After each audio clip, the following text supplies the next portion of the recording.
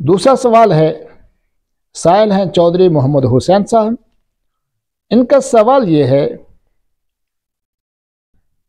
कि शैतान को अल्लाह रब्बुल इज़्ज़त ने आग से पैदा किया है,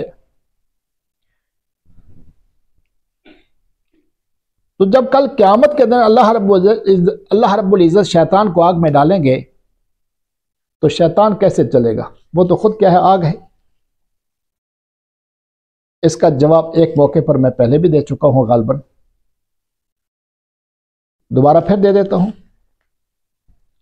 हम किसके बने हैं, किससे बने हैं? मट्टी से। अब अगर मट्टी का रोड़ा कोई हमारे सर पर मारे, जिस्म पर मारे, तो हमें तकलीफ होती है या नहीं होती? जिस तरह हमें कोई मट्टी का रोड़ा मारता है तो हमें तकलीफ होती है, शैतान को भी जलाकर राख करना मकसूद नहीं है, तकलीफ देना मकसूद है। और वो आग बहुत तेज है। अल्लाह रब्बुल इज़्ज़त तमाम मुसलमानों की उसे हिफाजत करे। तो उस आग से बाकी आगे भी पनाह मांगती है, इसलिए शैतान को अजाब होगा, तकलीफ होगी। यहां पर एक साहिल हैं चौधरी मोहम्मद हुसैन साहब। इनका एक सवाल तो यह है कि बड़ी मूछें कहां तक रखी जा सकती है? बहुत अच्छा सवाल है।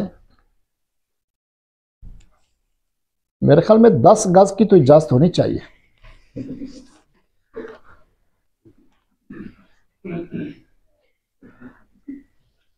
मूछें इस हद तक रखने की गुंजाइश है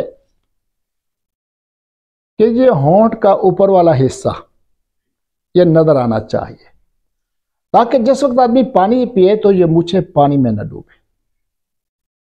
इससे ज्यादा रखने की इजाजत नहीं है। असल हुक्म यह है कि दाढ़ी को बढ़ाया जाए और मूछों को काटा जाए। काटने की हद वहां तक है जहां तक काटने की गुंजाइश है। उस्तरे के साथ काटें या कैंची के साथ काटें, या जदीद मशीनें हैं वो भी उस्तरे के बराबर कर देती हैं, काटने की गुंजाइश है। रखने की हद क्या है कि जब आप पानी पिए तो पानी के अंदर ये मूछें डूबे नहीं। हाँ, दाढ़ी बढ़ाने का हुक्म है, दाढ़ी का पूछा नहीं है। चलो मैं खुद बता देता हूं। एक मुझ से जायद दाढ़ी काटना जायज है, उससे कम काटना क्या जायज नहीं है।